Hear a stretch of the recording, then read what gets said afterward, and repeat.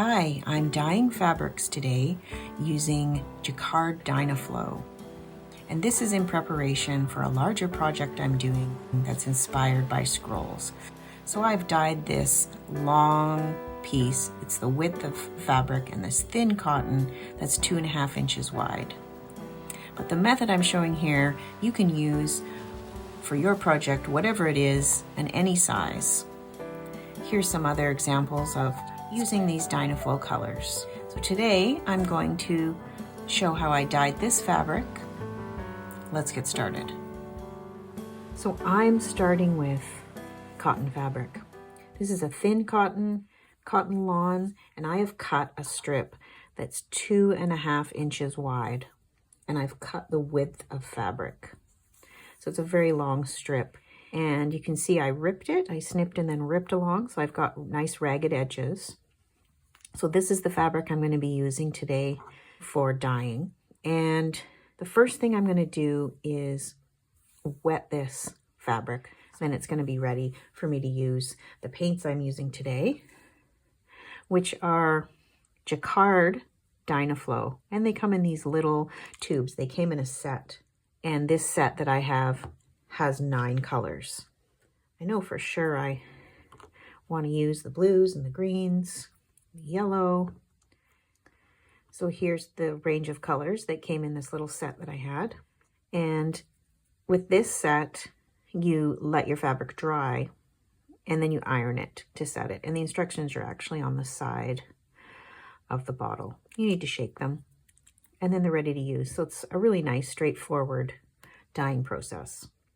So we have a surface here that you can see I've painted on before. So this is a surface that I don't mind getting stained or wet or dirty. And I have some freezer paper. I'm going to take a piece of freezer paper and I'm going to put it out on my painting area. And that's because there's going to be a lot of water and wetness. So I want to have something else down there. So I'm going to go and wet this fabric now. And what I'm going to do is move it along as I go. I'm going to kind of roll it up. I wasn't really happy with the glare that was causing. So I've brought in a piece of soy wax paper. It's just like regular wax paper, but it's brown. And so I've put that on top of the freezer paper. So I have this little pot of water and my fabric's been soaking in it. Well, I'm just going to wring it out, take that water away. So my fabric's very wet. So this is going to make those colors really soak in. It's also going to make the colors less bright. So what I'm going to do here is roll this up. So it'll be easier for me as I work on this to just bring out some more fabric. So I'm going to start with this turquoise color. Let's make sure they're shaken up well. And I'm going to start dropping it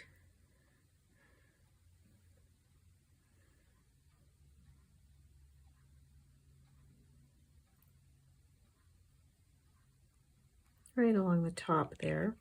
I'm going to take my green. This is called chartreuse. Shake that up, and I'm going to drop that along the bottom.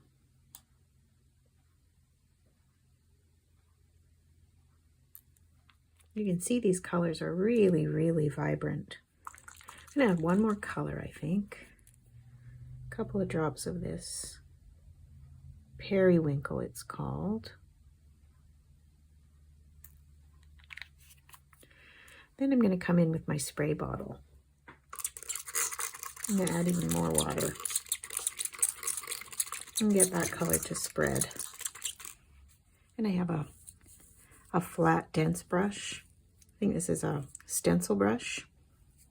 And I'm going to use that to help move some of the color around.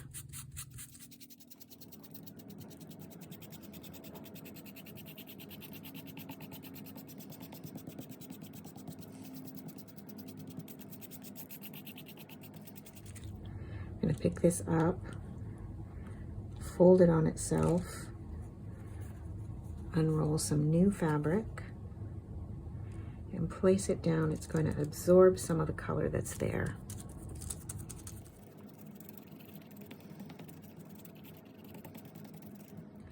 And I can add some more. If you want your colors to be more vibrant than my final result, then use less water. I really want a muted color and I want everything to really blend, so I'm making use of water for this process. But you can do either and get really different results. You can see here how much water I'm using. It's on the surface, it's absorbing into the wet fabric, and so it's diluting it so much. So that's how I'm getting this really pale final result. So if you didn't do this, you would be getting really distinct marks. You would be getting a very vibrant colors with those blues and greens. And if you don't add water, then they won't blend the way that I'm blending them. So you can experiment and add more or less water and see what your results are. I would say this process that I'm using is using the maximum amount of water. So I'm getting the most dilute, the most sort of pastel colors. So this time I'm not even spraying water because there's quite a bit of water now that's down here.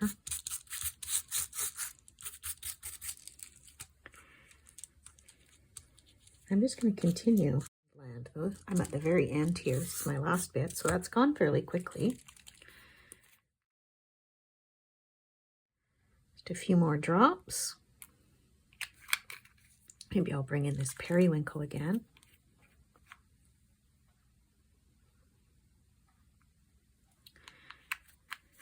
And my chartreuse. One more spray.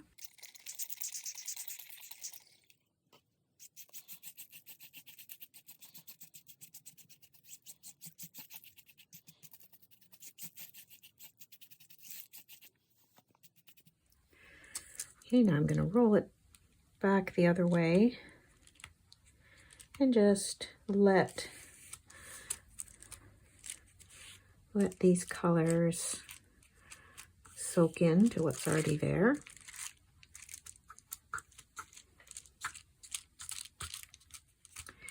Just make sure I covered every area, every little inch. It looks like I have. So this is going to need a place to roll out and dry completely. So I have a little clothesline, one of those indoor folding clotheslines that I only use for dyeing. So I'm going to hang it up on there.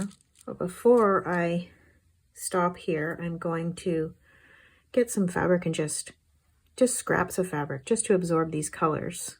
Make use of what's here. So I have this piece of fabric, the same kind of fabric. It's a thin cotton, and this, I have not wet this. This is completely dry. So I'm going to try and use this to kind of wipe up and absorb what's there. So in terms of my fingers, I've got a tiny bit on my fingers, not much. But if I go right away and I wash it off, then I should be okay. Of course, you can wear gloves for this too, if you prefer. So I could grab my paints and I could add some more here. Or I can just leave this. And I think I'm just going to leave this.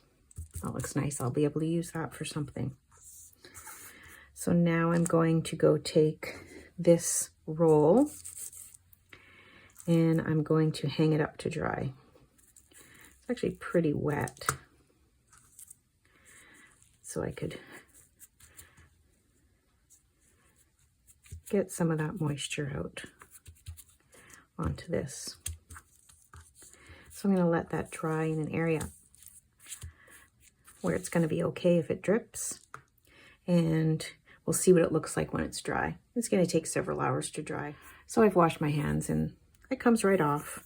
And it's important to note that this Dynaflow paint is non-toxic, and so if it wasn't, I would definitely want to wear gloves for this.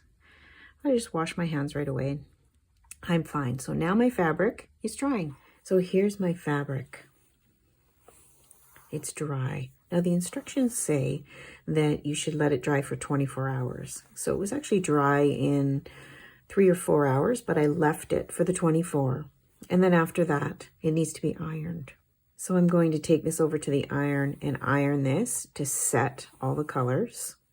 You can see that it's quite a bit lighter, it dries lighter. And if I had used less water or not wet the fabric at the beginning, these colors would be much more vibrant. So that's an option too. So now I'm going to iron it and we'll see what it looks like. So this is ironed. It's all ready for me to use in my scroll project. And you might notice there's some parts where this is where it was touching in the spots where it was hanging up, so it's going to end up darker there, and that's totally fine with me, but just keep in mind that you may get impressions of the places where you've let it dry.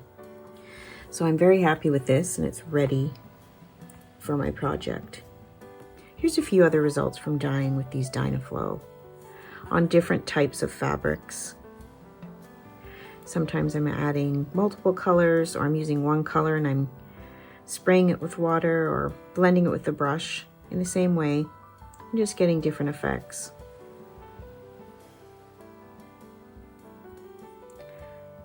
These are the kinds of ways that I like to use these Dynaflow paints. There's lots of other ways you can use it too. This is just an example of the ways I get some of the vibrant colors that I use in my stitching. So now I have this green, yellow, blue piece ready for my scroll. If you want to make your own scroll and join me, here's a little preview of my scroll that I'm making. I'm using my tiny little templates and I'm stitching away on this dyed piece of fabric. A progress video on this little stitching will be out very soon. I hope you join me then, and maybe you'll have your own dyed fabric. Happy stitching!